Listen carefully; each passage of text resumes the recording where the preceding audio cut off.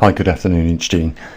You know, I'm getting concerned about the mental state of people, which I have noticed and a lot of other YouTubers have noticed is rapidly deteriorating. And, you know, the only thing I can put it down to is the policies relating to COVID-19 with the lockdowns and restrictions that we've had to put up with the last, 12 or so months. But it's very noticeable, and in some cases it's quite funny. I mean, let's just look at this for instance. I mentioned it in the video I put up about a couple of hours ago, and already 26 thumbs down. All I'm going to say to those people is thank you, because first of all, YouTube recognises that as engagement, by the way. So you're engaging in this video whether you like it or not. In fact, you're doing me a favour, because it makes me look better, because whether you thumb it down or thumb it up, it just recognises it as engagement, audience engagement, and the more people that engage in my videos, the better and more YouTube are going to promote them. We also are getting more of these people like Jared Southgate make comments like this, and we're just going to have a little look at his comments. It says, "Oh no, we're running out of crude oil, I better make a donation to the channel."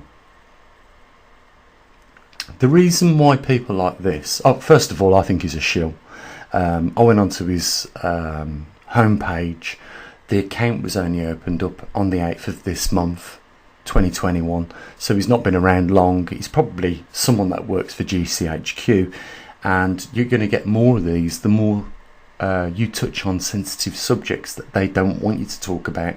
You're probably going to get more of these come out the woodwork. And then in the next breath, he calls me a conspiracy theorist. So let's address that.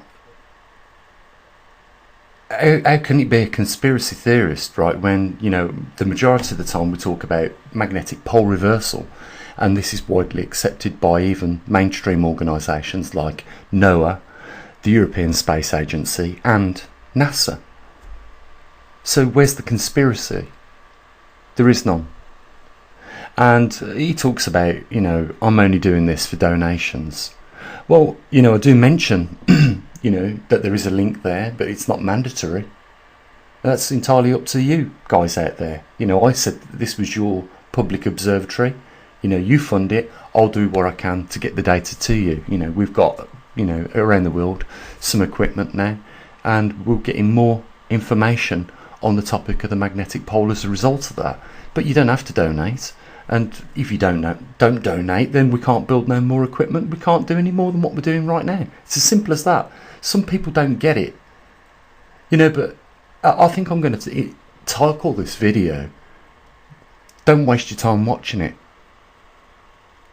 because I know exactly what's going to happen when people watch this video, and we haven't got to the content really that I want to talk about.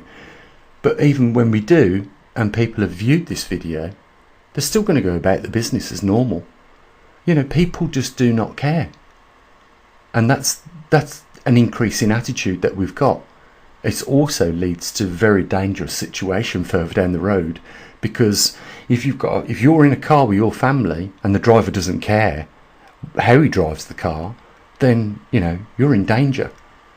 And if a member of your household who's supposed to be running your household doesn't care, then equally it's the same amount of danger, because he could put you out on the street, or she could put you out on the street tomorrow as a result of their not caring attitude. And the problem is with this is that when you escalate the amount of people that don't care, then problems like the Grand Pacific Ocean garbage patch arises. The deforestation of Brazilian rainforests for, they set fire to the forest purposely to change the use of land from forest land to agricultural land. It's where we're all leading. And it doesn't matter what you talk about now. You get armchair experts that just brain fart their views in a comment, like Jared Safegate here has, and a few others. And then you've got the cowards that thumb down your video that are too embarrassed of themselves to even say, look, I was the one who thumbed down your video, and this is the reason I did it for. You know, we've lost the community touch and spirit, and you know, I guarantee you we are heading down a very dark road, and most of us will see that in the future, in the near future. You know, we're talking about crude oil running out. We've had people of all sorts come up with all sorts of ideas that, you know, it's an end, you know, this is a resource that continues to reproduce. It's not, it takes millions of years to get crude oil form in the ground, and if we drill and take it out in a short space of time, we will inevitably run out of it. And that is why some of these pumps and rigs become abandoned, because there's no more left in that reservoir. And once you've consumed that reservoir, it took millions of years to form, so it's not going to come back overnight, is it? It's clear.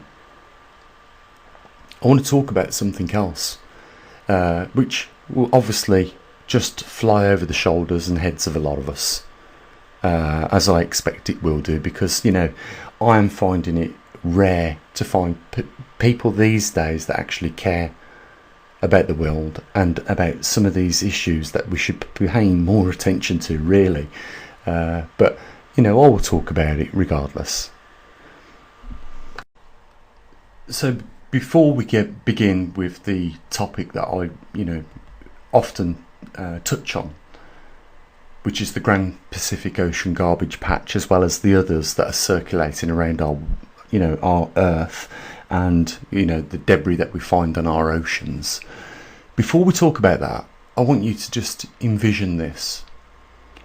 You and your family on a great big open field, and 1,000 people running after you with sticks, machetes, knives, and you're running towards the tree line because you think, if I can get to that tree line, you know, there'll be a bit of shelter for us. They may not see us where we go from there, so if we can just make it to the tree line, it'll be okay. But then out from the tree line come another 500 people running towards you, so you change direction and you're running off in that direction now, and then more people come out, so you are left with only one direction to go now, and inevitably you run in that direction and there is more people to meet you there. So you've got people surrounding you now with sticks, machetes, knives, you and your family, and they are getting closer and closer, and you know what is going to happen next. The reason why I asked you to envision that and the reason why we're going to talk about this garbage is because that is exactly what is happening to dolphins in China as we speak at this moment. They are being rounded up, just like, you know, I was giving you that analogy with you being chased, and they are being killed simply because they are competing with the tuna fishermen. And they are being killed at a massive, alarming rate. But not just that, and I'm not just blaming the Chinese people, because, you know, it's not just them, you know, and their industries that are doing this damage to the ecology of the oceans. But, you know, another thing is, you know, they are killing sharks just for the dorsal fin, so that they can make shark fin soup. Apparently is a delicacy and a national dish. But once they've cut the dorsal fin off the shark, the rest of it is through back into the ocean, which is a massive waste, really, when you think about it. But there's another reason why we're talking about this. It's down to the fishing industry. And, you know, when we talk about these Grand Pacific Ocean garbage patches and other garbage patches around the world, 47% of the plastic that is creating the problem, you know, which is causing these garbage patches, is directly coming from the fishing industry. So this is nets, floats, lots of other things. but it makes up 47% of the actual garbage that's in the ocean and in these big patches. And the sad thing is about these nets is they're designed to catch fish. So even though they was discarded or lost by trawlers, they end up floating back up to the surface and forming these great big garbage patches, and they're still trapping fish in there and killing them. Also, these nets fall on coral reefs and they kill the coral reefs, and then they decay and into microscopic particles and end up in fish's stomachs and things like that. But the fishing industry is not taking any responsibility for this, and certainly global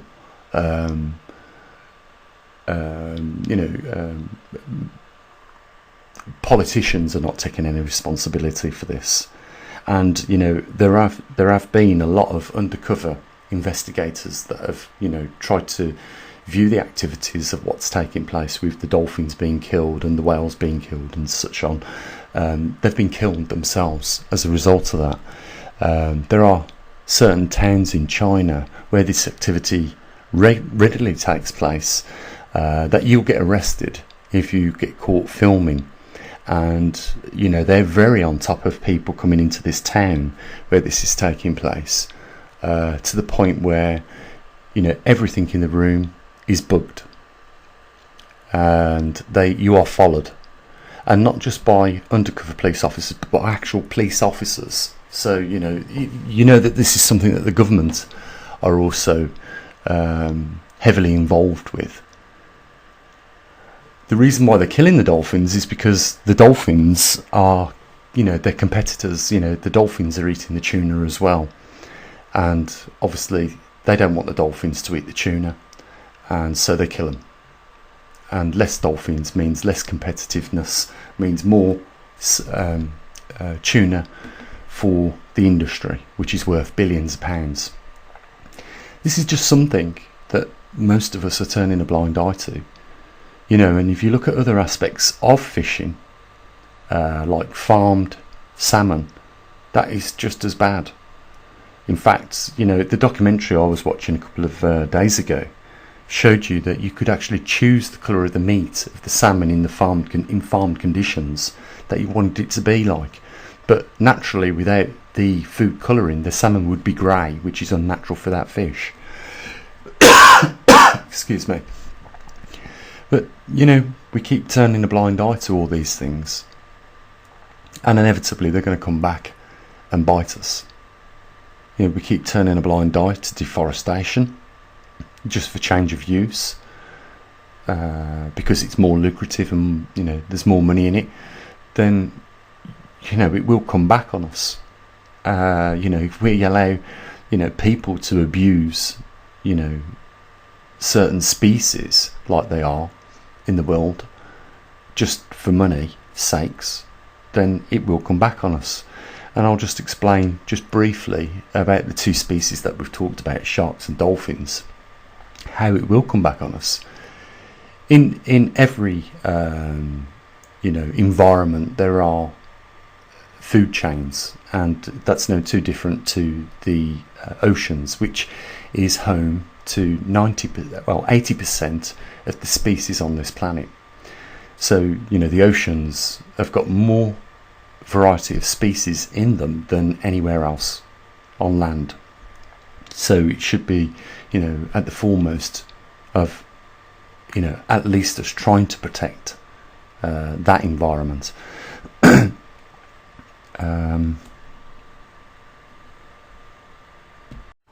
So if we look at the food chain and we see that through miscatch, which is non-targeted fish that still get caught up in the nets, that end up on these trawlers, that die but get threw back into the ocean, that makes a lot of other kills a lot more dolphins, kills a lot more sharks, as well as other species that weren't on the target list, goes back into the ocean.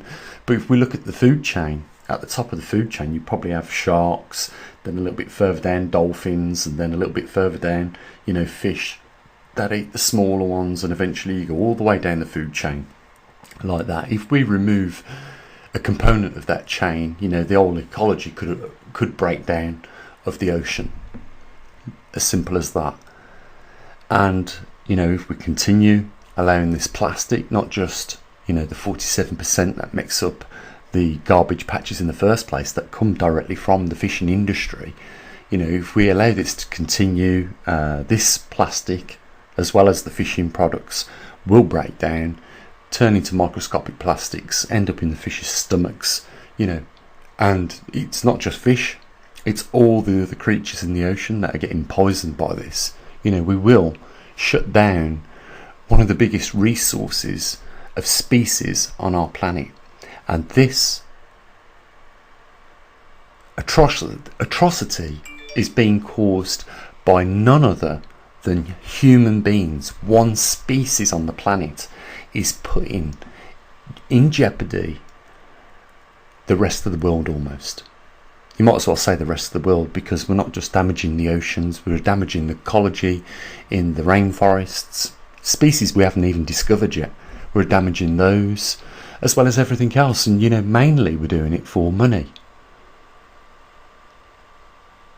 Can you believe that? And you know, it is like everything else in the world. Where there's money, there's trouble. Where there's money, there are people turning their backs, putting their conscience in the closet, locking it away, because we've all heard that thing, haven't we? You know, if you want to make money in this world, you can't have a conscience. And this is what we're seeing. You know, this is the root cause of everything, guys. You know, this is the single root cause of everything. This is why we've got arms deals being made to people that we know are going to use them arms and slaughter human beings. You know, we know exactly why they're going to use them, but that person can't have a conscience if he's going to make some money, and he can make a lot of money doing it. The world, as a result of one species, ourselves, and we should all at this point, this very moment, feel real guilty about letting the rest of the world down, because we're crap. We're the worst stewards ever, and yet we claim to have intelligence.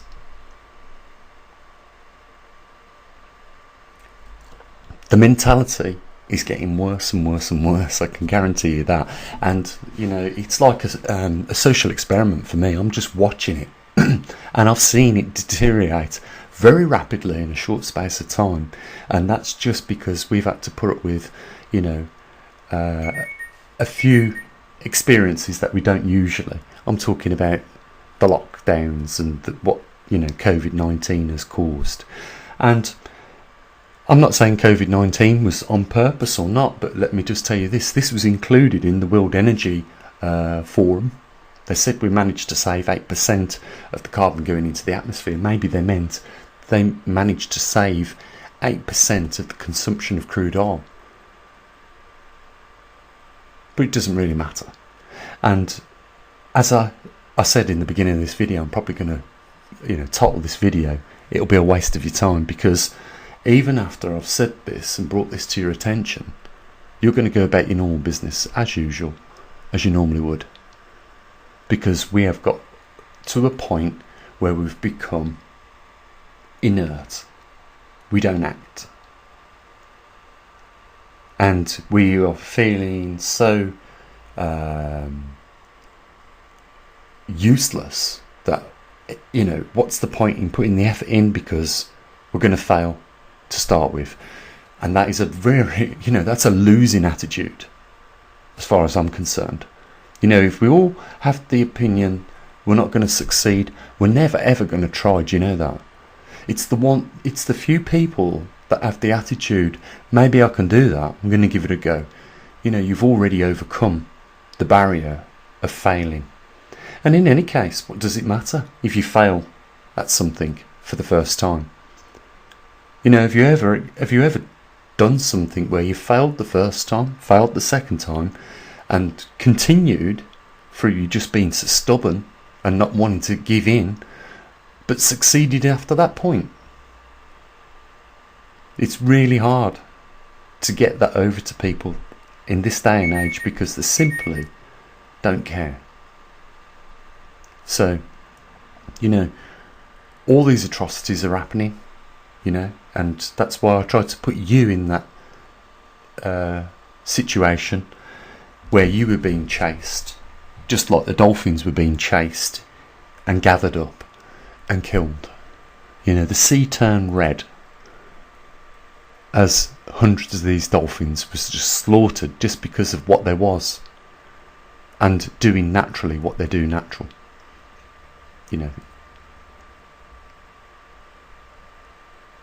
It is a real shame. Give it some thought. As always, bye for now.